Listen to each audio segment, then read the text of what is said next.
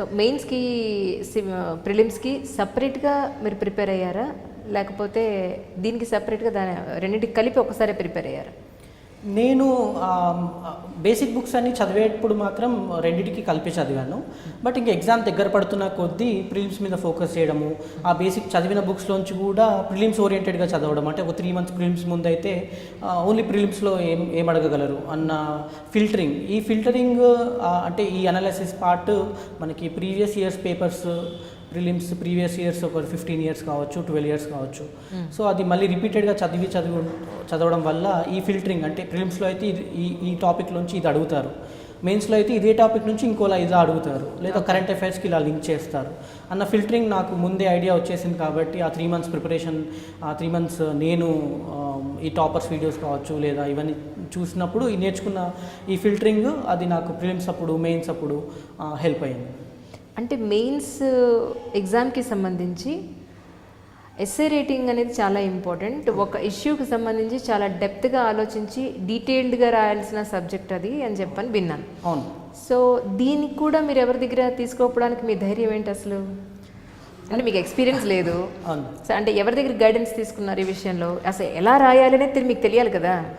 అంటే దీనికి మనకి యూట్యూబ్లో కావచ్చు, ఆన్లైన్లో కావచ్చు, లేకపోతే టాపర్ స్టాక్స్ అని చాలా చోట్ల చాలా టాపర్స్ ఎస్ఏ అయితే ఇలా రాయాలి, ఎథిక్స్ పేపర్ అయితే ఇలా రాయాలి, లేదా డైరెక్ట్ మెటీరియలే మనకు ఆన్లైన్లో అందుబాటులో ఉన్నప్పుడు మనం చిన్నప్పటి నుంచి బాగా చదువుతున్నప్పుడు నాకు అంటే ఒక 10 daysలో చెప్పే టాపిక్ని 1 dayలో చదివే స్టామినా ఉంది అని నా స్ట్రెంగ్త్ అని నాకు తెలిసినప్పుడు నాకు అవసరం లేదనిపించింది. అది నేను అంటే చేసుకోగలిగాను.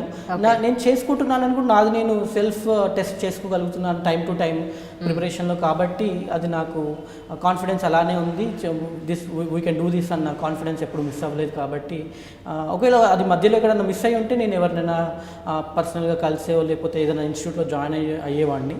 బట్ అది నాకు ఇక్కడ మెయిన్స్ అయిపోయే వరకు మీరు అన్నట్టు కాకపోతే ఫ్రెండ్స్తో మాట్లాడడము, సీనియర్స్తో మాట్లాడడము, లేదా ఏదన్నా మామూలుగా మనకి అఖిల రాఘవేంద్ర సార్తో మాట్లాడడం కావచ్చు, లేదా ఇంకెవరన్నా ప్రొఫెసర్తో మామూలుగా మాట్లాడడం జరిగింది. కానీ ఒక నార్మల్ స్టూడెంట్గా వెళ్ళి క్లాస్లో కూర్చొని క్లాసెస్ వినడం అయితే మెయిన్స్ రిజల్ట్ వచ్చే వరకు ఎప్పుడు జరగలేదు. Okay okay. ఆప్షనల్స్ ఏం తీసుకున్నారండి మీరు? ఆప్షనల్ నా తెలుగు లిటరేచర్ అండి. తెలుగు లిటరేచరా? తెలుగు లిటరేచర్. కష్టం అనిపించలేదా మీకు? ఇష్టంగానే చదివానండి. ఇష్టం కాబట్టే తీసుకున్నాను, ఇష్టంగానే చదివాను. So nice. ఓకే. అంటే ఇప్పటివరకు అతి తక్కువ మంది తీసుకున్నారు తెలుగు లిటరేచర్. వెరీ చేతి వేళ్ల మీద లెక్క పెట్టచ్చు అని చెప్పని విన్నాను నేను. అంటే ఇంకా మనం తెలుగు లిటరేచర్ అంటే ఓన్లీ ఈ 2 తెలుగు స్టేట్స్ కాబట్టి అదే జాగ్రఫీ అనుకోండి. ఆల్ ఇండియాలో చాలా ఏ స్టేట్లోంచైనా తీసుకోవచ్చు అనే ఛాన్స్ ఉంటుంది కాబట్టి తక్కువ అనిపిస్తుంది. బట్ తీసుకుంటారండి, చాలా స్టూడెంట్స్ తీసుకుంటారు. అంటే మీరు సాటిస్ఫై అయ్యారా ఈ 570 ర్యాంక్కి? లేదండి, అంటే నేను ఇంకా ఎక్కువ ఎక్స్పెక్ట్ చేశాను. ఫస్ట్ అటెంప్ట్లోనే 200 టాప్ 200 ఐఏఎస్ వచ్చి మనకి హోమ్ క్యాడర్ రావాలన్న గోల్తోనే నేను చదివాను. సో అది కొంచెం ఎక్కడో మిస్ అయింది. అది నేను మార్క్స్ వచ్చాక సెల్ఫ్ అనలైజ్ చేసుకొని మళ్ళీ అది ఏ సబ్జెక్ట్లో మిస్ అయింది, లేకపోతే ఎక్కడ ఎస్ఏలో మిస్ అయిందా, ఇంటర్వ్యూలో మిస్ అయిందా అని చూసుకొని హ్యావ్ టు సెల్ఫ్ ఇంప్రూవ్. అంటే చాలామంది రాస్తున్నారు ఫస్ట్ అటెంప్ట్లో వచ్చినా కూడా లాంగ్ లీవ్ పెట్టి మళ్ళీ నెక్స్ట్ అటెంప్ట్ కోసం వెళ్తున్నారు. అలాంటి ప్లాన్స్ ఏమైనా ఉన్నాయి మీరు? ఉన్నాయి మేడం. అంటే లాంగ్ లీవ్ అని కాదు కానీ ఇప్పుడు ఈ అటెంప్ట్ మళ్ళీ అప్లై చేశాను. సో మేబీ ఈ అటెంప్ట్ అయితే నా మైండ్లో ఏముందంటే మళ్ళీ హిట్ అండ్ ట్రయల్లా కాకుండా ఇప్పుడు ఆల్రెడీ నాకు ఈ ర్యాంక్కి ఐపీఎస్ ఆర్ ఐఆర్ఎస్ వచ్చే ఛాన్స్ ఉంది. సో ఇంకా నేను ఇస్తే మళ్ళీ నెక్స్ట్ అటెంప్ట్ ఇస్తే అది ఐఏఎస్ నా హోమ్ క్యాడర్ అయి ఉండాలి. అది తప్ప ఇంకో మళ్ళీ రాసి హిట్ అండ్ ట్రయల్ రాయకుండా ఉండాలని నా మైండ్లో ఉంది. సో నేను అంతలా ప్రిపేర్ అయ్యున్నాను అన్న రోజున I will give that attempt. అప్పటి వరకు ఏదో రాశాను, ట్రై చేశాను అనకుండా రాస్తే రావాల్సిందే అన్న విధంగా ప్రిపేర్ అయిన రోజు నేను తప్పకుండా ఐఏఎస్ కోసం రాస్తాను. అది ఈ ఇయర్ కావచ్చు, నెక్స్ట్ ఇయర్ కావచ్చు. ఓకే. ఇప్పుడు సివిల్ సర్వీసెస్ విషయంలో బయట సమాజంలో చాలా అవేర్నెస్ పెరిగింది. అంటే అది యూట్యూబ్ ద్వారా ఇంటర్వ్యూలు చూసి కానివ్వండి, లేకపోతే మొత్తానికి అల్టిమేట్గా ఏంటంటే ఇంతకుముందు కన్నా కాంపిటీషన్ పెరిగిందనే చెప్పచ్చు. సో ఇందులోకి వచ్చే వాళ్ళకి మీ ఎక్స్పీరియన్స్ ప్రకారం వాళ్ళందరికీ, రాబోయే వాళ్ళందరికీ ఏం చెప్తారు? సివిల్ సర్వీసెస్ ఎగ్జామ్ రాసే వాళ్ళందరికీ ఏం చెప్తారు? సో నా ఎక్స్పీరియన్స్ ప్రకారం అంటే ఒకరికి తన స్ట్రెంగ్స్ అండ్ వీక్నెస్ ముందు తెలిసిపోతే ఆ స్ట్రెంగ్త్ అండ్ వీక్నెస్తో పాటు ఆ ఎగ్జామ్ యొక్క ఎగ్జామ్ గురించిన డీటెయిల్స్ తెలిసిపోతే అది ఏ ఎగ్జామ్ అయినా కావచ్చు. అండ్ యూపీఎస్సీకి అది ఇంకా ఎక్కువ అవసరం. ఆ యూపీఎస్సీని మనం అర్థం ఎంత చేసుకున్నా తక్కువే ఉంటుంది. మనం అనుకున్న దానికి అది మనల్ని ఎప్పుడు బీట్ చేస్తూనే ఉంటుంది. సో ఇలాంటి ఎగ్జామ్కి ఇంకా అనాలిసిస్ కావాలి. సో అది ఆ అనాలిసిస్తో పాటు మన స్ట్రెంగ్స్ వీక్నెస్ త్వరగా అంటే పేషెంట్గా ఉండడము, కాన్ఫిడెంట్గా ఉండడము, అవన్నీ ఎప్పుడైతే మనకు ఉంటాయో ఏ స్టూడెంట్ అయినా ఎప్పటికైనా సక్సెస్ అవుతాడు. సో ఆ కాన్ఫిడెన్స్, ఆ హోప్ మిస్ అవ్వకుండా ఉండే స్టూడెంట్స్ ఎవరైనా దీన్ని అటెంప్ట్ చేయొచ్చు. అంటే మీ ఉద్దేశ ప్రకారం మీ స్ట్రెంగ్త్ ఏంటి, మీ వీక్నెసెస్ ఏంటంటారు? స్ట్రెంగ్త్ వచ్చేసి చెప్పాను మ్యామ్, అంటే ముందు మన ప్రిపరేషన్, మన బేసిక్ సత్యాగ్రహి మీరు కదా. అంటే అది ఎక్కువగా చదవాల్సిన పని లేదు, ఒకసారి చదివితే మీ మైండ్లో ఉండిపోతుంది జనరల్గా. అంతే. అంటే అలా అని కాదు, బట్ దానికి కావాల్సిన బేస్ స్ట్రాంగ్గా మన దగ్గర ఉంటే, ఫౌండేషన్ స్ట్రాంగ్గా ఉంటే బిల్డింగ్ మనం ఎన్ని ఫ్లోర్స్ అయినా వేసుకోవచ్చు అన్న టైప్లో మనం బేస్ స్ట్రాంగ్గా చేసుకోవడం నాకు చిన్నప్పటి నుంచి అలవాటు ఉంది కాబట్టి. సో యూపీఎస్సీ అంటే దీనికోసం ఇది కావాలి, ఇది కాకుండా ఇంకా నాకు వేరే ఇది చదవండి అది చదవండి అని చెప్పినా నేను ఓకే, నేను అనుకున్నాను, నేను అనలైజ్ చేశాను, ఇంత టైం దీన్ని పెట్టి ఒక 3 months పెట్టి నేను అనలైజ్ చేసుకున్నాను, నాకేం కావాలో నాకు తెలుసు, యూపీఎస్సీకి ఎలా కావాలో నాకు తెలుసు అనుకున్న తర్వాతే నేను బుక్ పట్టుకున్నాను. కాబట్టి ఆ కాన్ఫిడెన్స్, సరే ఎవరో తర్వాత వచ్చి డిమోటివేట్ చేసినా కానీ అవన్నీ నన్ను పక్కదారి పట్టించకుండా అవన్నీ అధిరోహించి ముందుకు వెళ్ళగలిగానండి. ఏ లాంగ్వేజ్లో రాస్తారు ఎగ్జామ్ మీరు? ఇంగ్లీషే, జనరల్ స్టడీస్ అంతా ఇంగ్లీషే, ఆప్షనల్ మటుకు తెలుగులో. ఓకే, తెలుగు లిటరేచర్ కాబట్టి తెలుగులో. ఎప్పటి నుంచి మీకు ట్రైనింగ్ అది మీకు ఇన్ఫర్మేషన్ వచ్చిందా, ఇంకా రాలేదా? ట్రైనింగ్ తెలియదు మ్యామ్, ఫస్ట్ అటెంప్టే కాబట్టి సీనియర్స్తో మాట్లాడి ఆగస్ట్లో అన్నట్టు విన్నాను. ఓకే, సో అది ఆగస్ట్లో. ఓకే, అంటే సీనియర్స్ అంటే ఎవరున్నారు మీకు తెలిసిన సీనియర్స్ ఎవరున్నారు? నాకు తెలిసిన సీనియర్స్ మా ఫ్రెండ్ భాను అనే ఫ్రెండ్ ఉన్నాడు, వాళ్ళ అన్నయ్య సూర్యాపేట సబ్ కలెక్టర్గా ఉన్నారు ఇప్పుడు ఉదయాన్ని. అయితే నేను మెయిన్స్ వరకు నేను ఇంట్లో సెల్ఫ్ ప్రిపరేషన్ కాబట్టి అప్పటి వరకు నాకు పెద్దగా ఈ ర్యాంకర్స్ కావచ్చు లేకపోతే ఆల్రెడీ ప్రిపేర్ అవుతున్నారు పెద్దగా టచ్లో లేరండి. కాకపోతే once I entered in to this Ashok Nagar interview కోసం అని చెప్పి ఎప్పుడైతే అడుగుపెట్టానో ఇంకా చిన్నప్పటి నుంచి మెయిన్స్ వరకు పరిచయం ఉన్నంత మంది ఆ 2 monthsలో మళ్ళీ పరిచయం అయ్యారు. సో అంతమంది ర్యాంకర్స్ కావచ్చు, లైక్ చందీష్ అని, సురేష్ అని, మా ఫ్రెండ్ సురేష్ అని, చందీష్ ఐపీఎస్ క్యాడర్ తమిళనాడు, సార్ కావచ్చు, ఇప్పుడున్న ర్యాంకర్స్లో చాలామంది అనుష కావచ్చు, వైష్ణవి, శశికాంత్, వీళ్ళందరూ ఇంటర్వ్యూ టైంలోనే నాకు పరిచయం అయ్యారు. అంటే పర్టికులర్గా హాబీ అంటూ ఉండాలి, హాబీ గురించి కూడా అడుగుతారు ఇంటర్వ్యూలో అని చెప్పని విన్నాను. మీ హాబీస్ ఏం చెప్పారు అక్కడ, వాళ్ళు ఏమడిగారు? నా హాబీస్ అక్కడ స్విమ్మింగ్, అంటే నా హాబీ స్విమ్మింగ్ కాబట్టి స్విమ్మింగ్, టీచింగ్ ఒకటి, అండ్ సోషల్ సర్వీస్ యాక్టివిటీస్ అని చెప్పాను. దాని మీద కూడా క్వశ్చన్స్ వాళ్ళు కూడా అడిగారు. సరే, మీకు గుర్తున్న క్వశ్చన్స్, ఫస్ట్ మీరు ఎంటర్ అయ్యారు, ఇంటర్వ్యూ రూమ్లోకి ఎంటర్ అయ్యారు, అక్కడి నుంచి ఎండింగ్ వరకు మీ మాటల్లో ఒకసారి చెప్పేవాళ్ళ కోసం, వినేవాళ్ళ కోసం ఒకసారి తప్పకుండా చూసేవాళ్ళ కోసం. సో నా బోర్డు పీకే జోషి సార్ చైర్మన్గా ఉన్నారు నా బోర్డుకి. సో నేను అనుకున్నట్టే ఎంటర్ అవ్వగానే ఫస్ట్ క్వశ్చన్ వచ్చేసి, నువ్వు ఇంత జీతం పెట్టుకొని ఇక్కడికి ఎందుకు వచ్చేసావు అనేది ఫస్ట్. నేను అన్ని మాక్ ఇంటర్వ్యూల్లో నాకు ఎదురైన ప్రశ్న అదే, అక్కడ కూడా నేను అదే ఆన్సర్ మనసులో అనుకుంటూ కూడా లోపలికి అడుగుపెట్టాను. పెట్టగానే అదే క్వశ్చన్ అడిగాను. ఓకే, సో దానికి నేను ఆన్సర్ నా ఫ్యామిలీ బ్యాక్గ్రౌండ్, నా ఇంట్రెస్ట్ జత చేస్తూ దానికి ఆన్సర్ చెప్పాను. సో అది అయిపోయాక నా ఎంఎస్ యూనివర్సిటీ గురించి అడగడము, తర్వాత వెంటనే మన తెలంగాణ స్టేట్లో జరుగుతున్న విషయాలు కావచ్చు, తెలంగాణ ఎలా ఉంది, చిన్న స్టేట్ అయ్యాక ఎలా ఉంది, ముందు ఎలా ఉండింది, ఇలాంటి క్వశ్చన్స్ అన్నీ. తెలంగాణ చిన్న స్టేట్ అయింది కాబట్టి మరి మిగతా చిన్న స్టేట్ల గురించి కావచ్చు.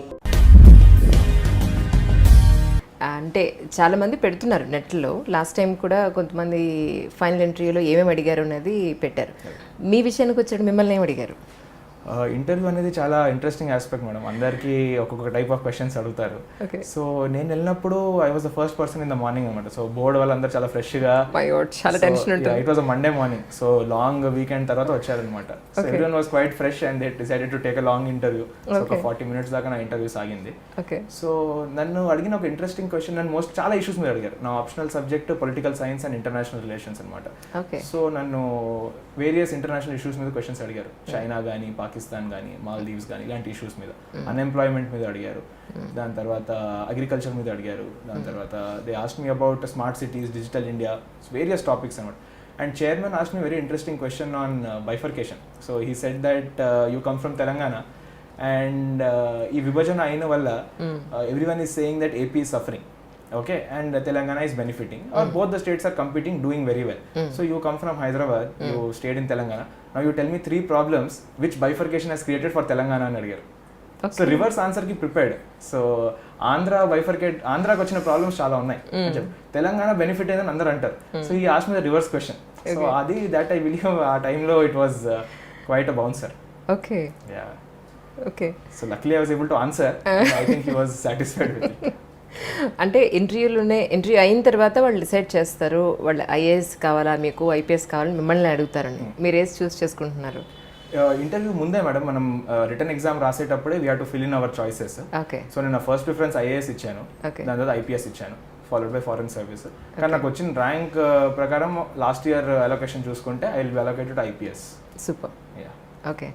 సో ఏమనిపిస్తుంది as on today once uniform వేసుకున్న తర్వాత? అంటే చాలామంది ఐఏఎస్, ఐపీఎస్, సివిల్ సర్వెంట్స్ని ఇంటర్వ్యూ చేసినప్పుడు నేను ఇది చేయాలి, అది చేయాలని ఒక కొత్త ఊపులో వస్తూ ఉంటారు. సో అలా ఎట్ ప్రెజెంట్ మీ మనసులో ఉన్నది ఏమిటి?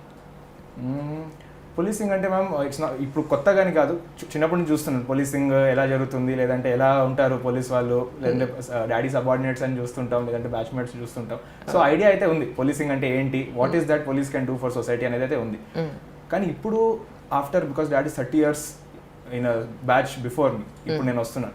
ఇప్పుడు చాలా time is changing because there is lot of use of technology పోలీసింగ్లో కూడా. సో నేను మెయిన్గా ఏమనుకుంటున్నానంటే టెక్నాలజీని పోలీసింగ్లో వాడడం ఒకటి, ఇంకోటి పబ్లిక్ పర్సెప్షన్ ఆఫ్ పోలీస్. ఇది ఏమైపోయిందంటే usually this negative attitude that is correlated with policing in the country.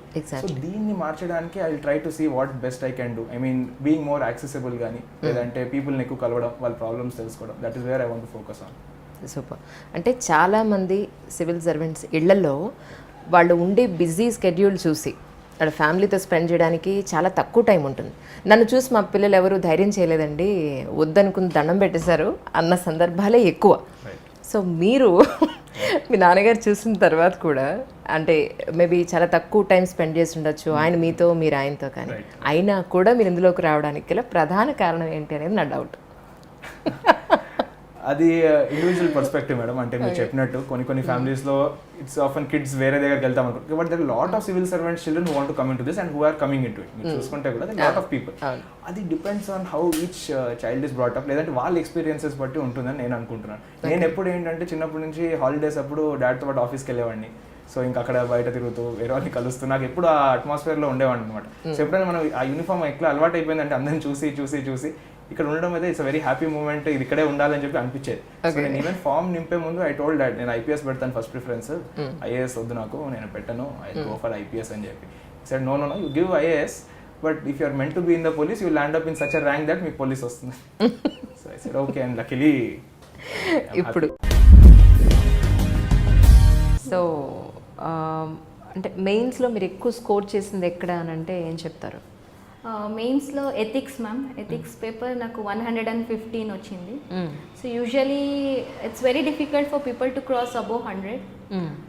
Maximum 100 to 110 లోపల వస్తుంది, ఒక 5-6%కి. బట్ అబోవ్ 110 అనేది it's very rare. So I'm happy about it. So ethics అంటే మనకు చిన్నప్పుడు స్కూల్లో మోడల్ స్టడీస్ అని ఒక బుక్ ఉండేది, ఒక క్లాస్, వీక్లీ వన్స్ క్లాస్ ఉండేది. సో ఇక్కడ ఒక సబ్జెక్టే ఉంటుంది అక్కడ. సో 250 మార్క్స్కి థియరీ ఉంటుంది, మరి ఒక సినారియోస్ ఉంటాయి. సపోజ్ ఒక స్కూల్లో మిడ్ డే మీల్స్కి ఒక న్యూ కుక్ని అపాయింట్ చేశారు and she is from SC or ST background. So అక్కడ ఉన్న విలేజర్స్ అందరూ they will stop sending the children to school. Okay. So if you were DC అప్పుడు మీరేం చేసేవారు, ఇలాంటి ప్రాక్టికల్ క్వశ్చన్స్ అడుగుతారు. సో దానికి మనం ఆన్సర్ ఇవ్వాలి. సో నెక్స్ట్ పొలిటికల్ సైన్స్లో 295 వచ్చింది. సో అది బాలత మ్యామ్ సపోర్ట్తో సో బాగా ప్రాక్టీస్ చేశాను. సో అదే మ్యామ్, అదే నాకు తెలిసింది ఏంటంటే 295 అనేది కూడా చాలా మంచి స్కోర్ యాక్చువల్లీ అని చెప్పని. Yes ma'am. కదా. ఓకే. ఇంటర్వ్యూలో ఏమేమి అడిగారు మిమ్మల్ని? ఇంటర్వ్యూ నాది March 8th రోజు ఉన్నింది ma'am, international women's day. Okay. So I was the first person, Manoj Soni board, first person morning session. Okay. So వాళ్ళు బాగా ఫ్రెష్గా ఉన్నారు, నేను ఫ్రెష్గా ఉన్నాను. సో కానీ అంటే నాకు కొంచెం టెన్షన్ ఉండింది, ఎందుకంటే first time interview and I was the first person to go. Oh my God. Okay. So అక్కడ లోపలికి వెళ్ళిన వెంటనే ఒక హాల్ ఉంటుంది, అక్కడ సర్టిఫికేట్స్ డాక్యుమెంట్స్ వెరిఫికేషన్ జరుగుతుంది. దెన్ ఆఫ్టర్ దాట్ ఒకరు వచ్చేసి మనం తీసుకెళ్తారు బయటికి. సో అలా అక్కడి నుంచి I was first person to leave the room. 7 panels ఉంటే అందరు ప్యానల్స్ కన్నా మా ప్యానల్ ఫస్ట్ రెడీ అయిపోయింది. Okay. So they were ready. So నేను బయటకు వెళ్ళేటప్పుడు అందరూ ఇలా చూస్తున్నారు మ్యామ్, ఒక ఈవీ look, okay you are going బలిక బక్రా, మేమందరు ఇంకా టైం ఉంది, మేము ప్రిపేర్ అవుతున్నాము అని అందరూ చదువుతున్నారు లోపల. My God. So I was the first person to go. So I was like okay let's take it as a challenge, ఏదైనా అవని. ట్రూ. సో లోపలికి వెళ్ళాను. First question was about mining, ఎందుకంటే బళ్ళారి బళ్ళారి అంటే కదా. మైనింగ్. జస్ట్ బళ్ళారి అంటే అందరికి ఒక కాన్సెప్షన్ ఏమంటే లైక్ వీళ్ళు చాలా రిచ్, వీళ్ళకి బాగా మైనింగ్స్ ఇవి ఉన్నాయి అని. So they asked about mining. Then they asked about smelting process. నేను పొలిటికల్ సైన్స్ స్టూడెంట్ కాబట్టి ఇంటర్నేషనల్ రిలేషన్స్, వరల్డ్ వార్ గురించి, కోల్డ్ వార్ గురించి, US China relationship, US Russia. Next అప్పుడు ఆ మంత్లో ఇండియా పాకిస్తాన్కి టెన్షన్స్ కొంచెం ఉండేది. సో అందుకే మిజైల్స్ గురించి అంతా అడిగారు, nuclear weapons, submarines, principle of submarine అడిగారు. Okay. Out of nowhere. Oh my God. Next DRDO గురించి అడిగారు. నేను telecom student. Okay. So they asked about 2G 3G machine learning, ఇలా టెక్నాలజీ రిలేటెడ్ కాన్సెప్ట్స్ అడిగారు. Then status of women, అంటే ఇప్పుడు మనము పూజిస్తున్నాము గాడెసెస్ని, కానీ at the same time we do not have equal status or women are not equally respected. So దాని గురించి అడిగారు. And then they asked about waste management. So one question was about who is your motivational speaker. Okay. So actually what I do is my hobby, నేనేం రాశానంటే spending qualitative time with children. So అడిగారు what is this qualitative time and ఏం చేస్తారు మీరు పిల్లలతో. Okay. So I do this teaching ma'am, teaching students, rural students and privilege students. Okay. Then along with teaching I give career guidance. So 10th and 12th standard స్టూడెంట్స్కి ఏం choose చేయాలి. Next along with that I give this motivational classes, అంటే parents and students ఇద్దరికి studies continue చేయడానికి.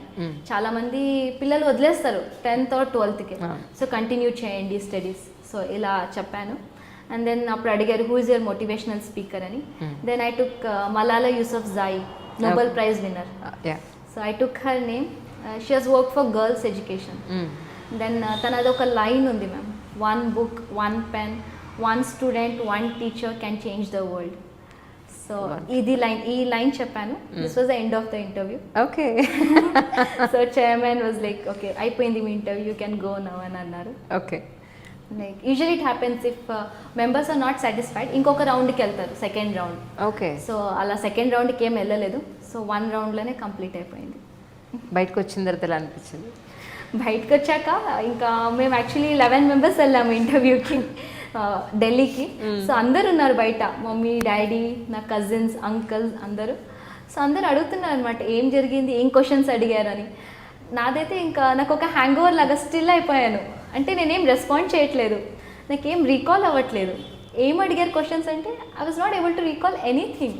Okay blank చెప్పేసారు మీరు వరుస పెట్టి. ఓకే. అప్పుడు బ్లాంక్ అయిపోయాను. అంటే ఏదో ఒక 20 to 30 minutes it just went on, ఒక మ్యాజికల్ మూమెంట్ లాగా అయిపోయింది. సో బయటకు వచ్చాను, జస్ట్ కామ్గా ఉన్నాను. అందరికీ చెప్పాను మీ ఫస్ట్ నేను రిలాక్స్ అవుతాను, మీరు రిలాక్స్ అవ్వండి. తర్వాత ఒక 2-3 days తర్వాత చెప్పాను క్వశ్చన్స్ ఏం అడిగారు అని. సో ఇలా జరిగింది. రిజల్ట్స్ వచ్చిన రోజున ఒకసారి గుర్తు తెచ్చుకుని మా కోసం చెప్తారా? రిజల్ట్స్ వచ్చింది Ugadi previous day ma'am, night 7:30కి అలా వచ్చింది. సో మా ఫ్రెండ్స్ ఉన్నారు ఢిల్లీలో, వాళ్ళు లైవ్ కవరేజ్ ఇచ్చారు. ఎలా అంటే నోటీస్ బోర్డ్ ఓపెన్ చేస్తున్నారు, క్లీన్ చేస్తున్నారు, బల్బ్ వేస్తున్నారు, స్టిక్ చేస్తున్నారు, ఇలా each and everything live coverage ఇచ్చారు.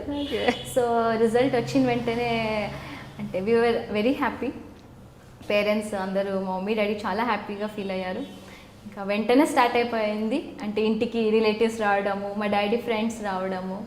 సో ఇంకా నెక్స్ట్ డే ఉగాది రోజు, ఉగాది పండుగ రోజు అసలు మేము పండుగ చేయలేదు ఇంట్లో, మొత్తం మీడియా వచ్చేసింది, కవరేజ్ ఇంట్లో అందరు media from morning till night మొత్తం ఇంటర్వ్యూస్ ఇచ్చేసాను. ఓకే. సో అలా జరిగింది, డబుల్ ధమాకా మా ఇంట్లో. For more videos, please subscribe to iDream. Hi, this is Sai Kripa, strength coach. For more videos, please subscribe to iDream. And more videos, please subscribe to iDream Media. Hi, I'm Sirisha Reddy, fashion designer. Please subscribe to iDream Media. For more videos, please subscribe iDream Media. Please do subscribe to iDream. Hello అందరికీ నమస్కారం, నేను మీ Getup Srinu. Please subscribe to iDream Media. iDream అంటే నా కళల channel subscribe చేసుకున్నారు, నోరు తిరుగుతలేదు. మీరైతే గంట గుర్తు కొట్టండి.